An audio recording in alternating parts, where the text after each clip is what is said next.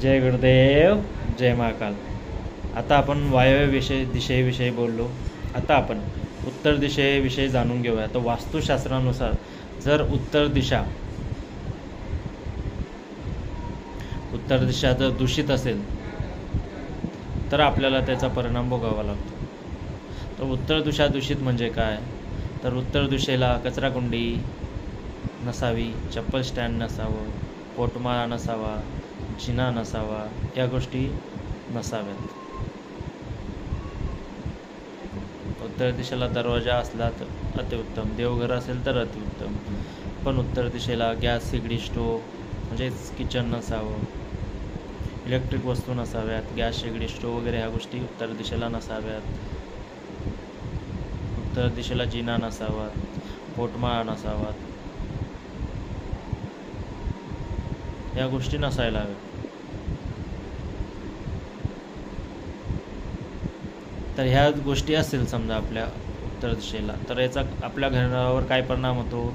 तर आपल्या संपत्तीचा नाश होतो. संतती दुर्व्यसनी निघते आणि जो घरचा कर्ता पुरुष आहे तो व्यसनाधीन जातो, जुगाराकडे वळतो आणि जुगारामध्ये तो आपली संपत्ती गमावून बसतो. अशी ही दिशा आहे. कारण की ही दिशा ही कुबेर देवतांची दिशा आहे.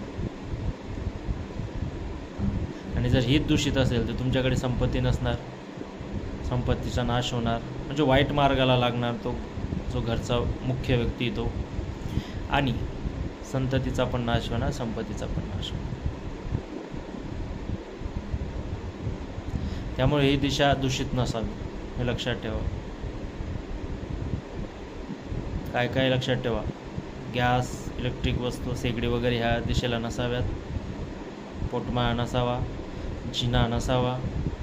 या गोष्टी जर आपल्या असेल, कचराकुंडी नसावी, अशा काही गोष्टी असेल तर त्वरित त्यांना जर चेंज करता येत असेल तर करावं.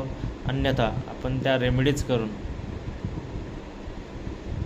जी दूषित शक्ती म्हणजेच नकारात्मक जी ऊर्जा, दूषित ऊर्जा जी निर्माण झालेली ते आपण रेमेडीज करून घालवू शकतो. तर बिना तोडफोड करताही आपण या गोष्टी करू शकतो.